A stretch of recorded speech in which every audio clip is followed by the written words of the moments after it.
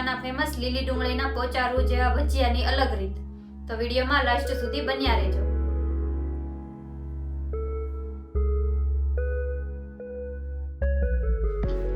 બધી જ ડુંગળીને સારી રીતે સાફ કરીને ધોઈ લેશું.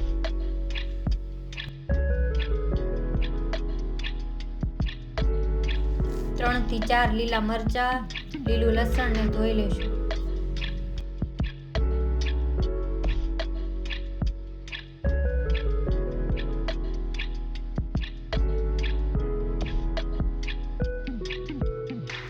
ડુંગળીમાં રહેલું બધું જ પાણી નિતારી લેશું. બધી જ ડુંગળીની ઉપરની છાલ ઉતારીને સાફ કરી લેશું.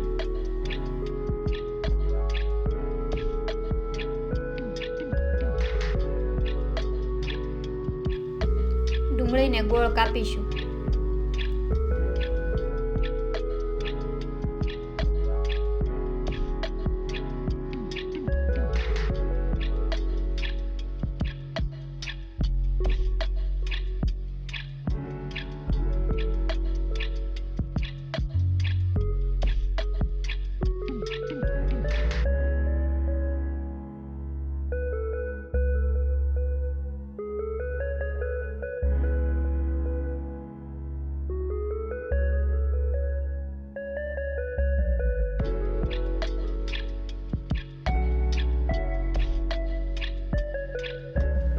ડુંગળીના પાનના ભાગને ઝીણા ઝીણા કાપીશું.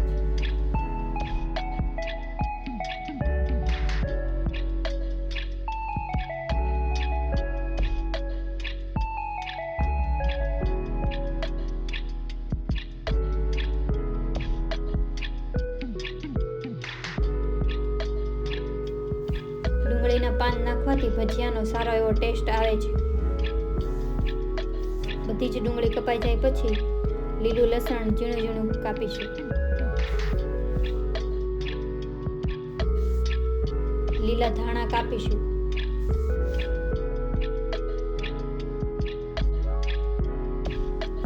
થોડી એવી લીલી મેથી કાપીશું.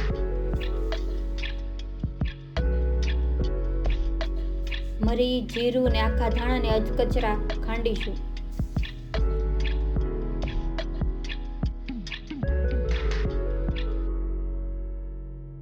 અધકચરા ખાંડવાથી સારો એવો ટેસ્ટ આવે છે.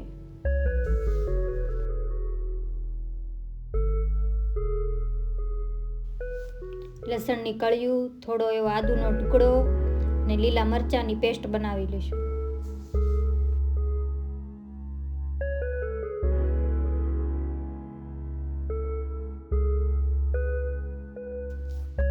તેલને ગરમ થવા માટે રાખી દઈશું.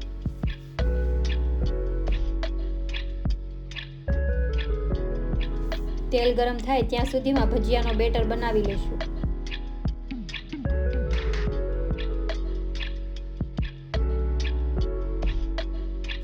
બેટર બનાવવા માટે ચણાનો લોટ, અડધી ચમચી હિંગ, અડધી ચમચી ધાણા જીરું પાવડર, અધકચરા વાટેલો મસાલો, અજમા, સોડાખર, લીંબુનો રસ.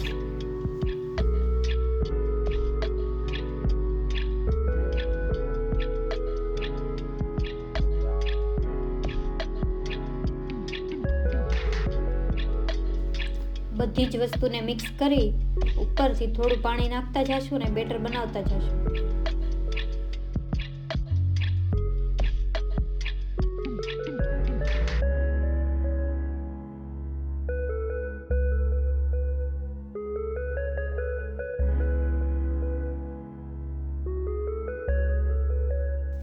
ભજીયાને પોચા અને જાળીદાર બનાવવા માટે ખાટી છાશ નાખીશું.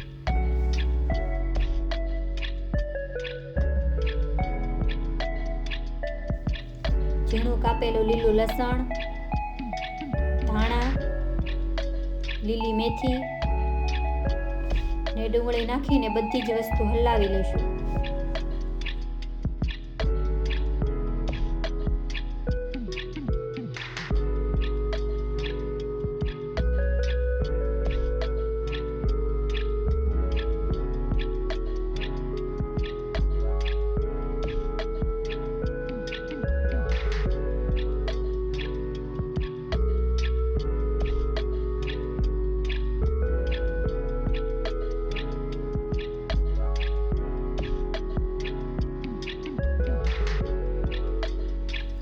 અડધી ચમચી લાલ મરચું,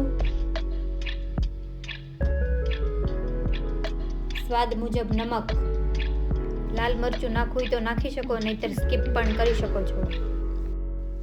બેટર બની ગયું છે અને તેલ પણ ગરમ થઈ ગયું છે, તો મીડિયમ સાઇઝના ભજીયા બનાવીશું.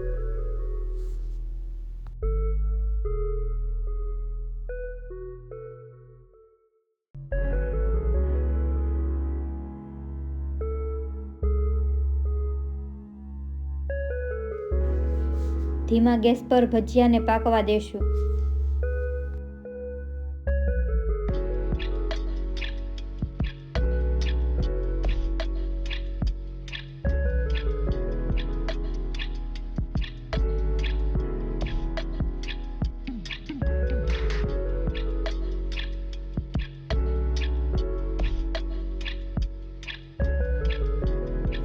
ઝારાના મદદથી ભજીયાને થોડી વારમાં હલાવતા રહેવાનું.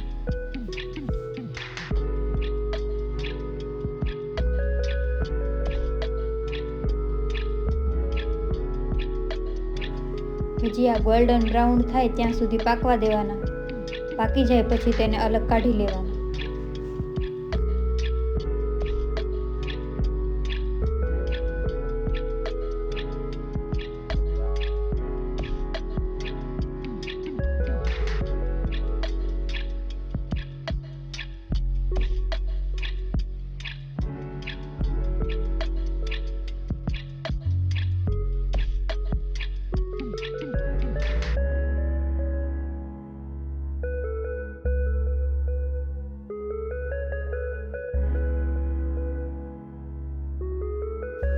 તેવી જ રીતે બધા જ ભજીયાને બનાવીશું.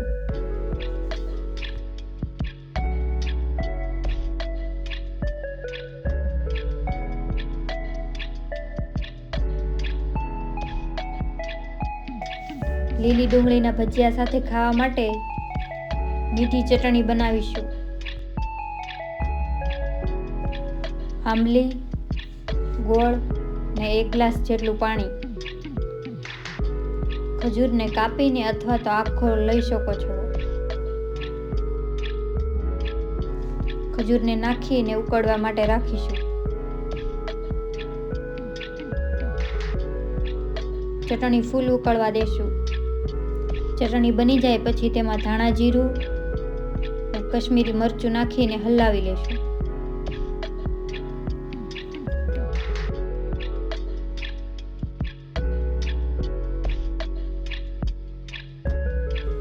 તો આપણી ખજૂર આંબલી અને ગોળની ચટણી બનીને તૈયાર થઈ ગઈ છે.